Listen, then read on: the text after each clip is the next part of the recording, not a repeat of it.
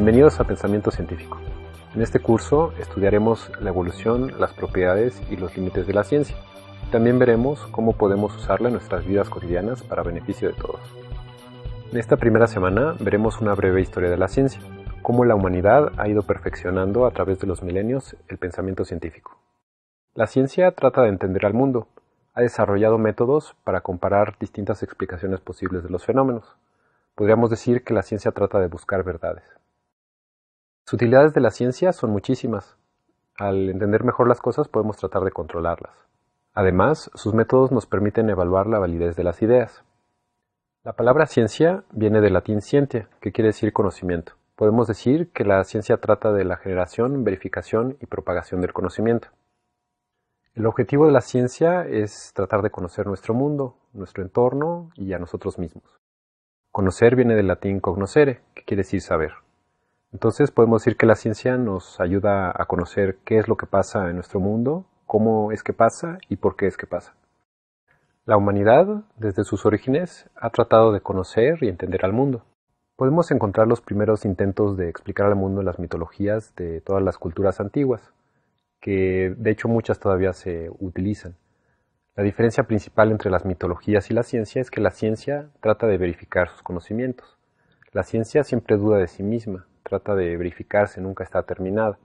De esta manera, la ciencia trata de evitar dogmas, mientras que la mitología da por ciertas sus explicaciones.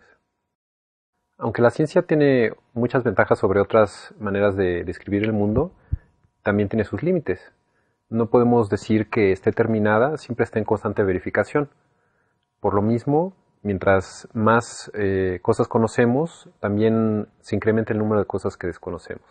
Al mismo tiempo que la ciencia nos ayuda a conocer más, nos ayuda a conocer más cosas que no sabemos. El filósofo Edgar Morin ha dado la siguiente descripción de la ciencia.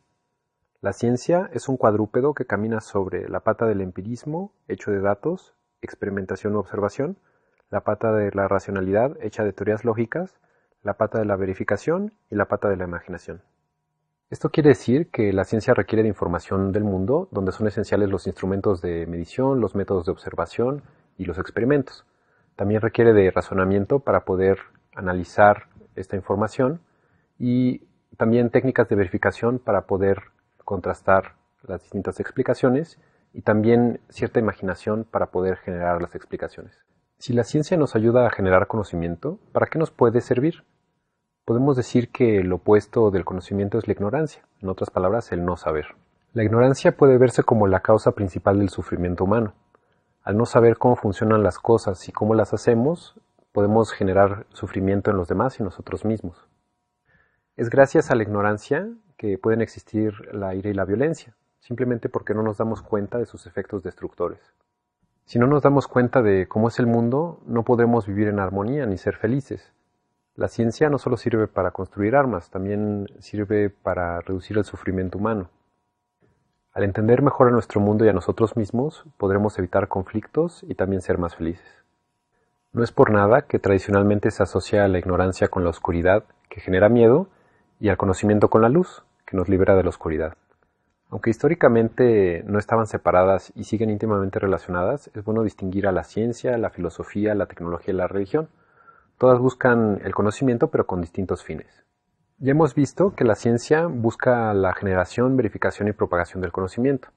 La filosofía se enfoca en el pensamiento. Trata de entender cómo es que pensamos y conocemos. Está muy ligada a la ciencia.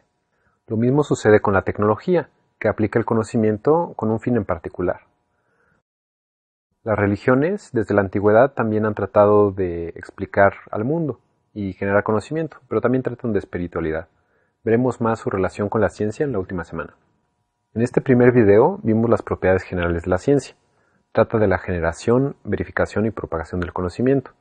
Se basa en la observación y experimentación, en el razonamiento y en la lógica, en la verificación y también en la imaginación. En el resto de los videos de esta semana veremos una breve historia de la ciencia, cómo es que se han ido refinando a través de los siglos distintos métodos de generación, verificación y propagación del conocimiento.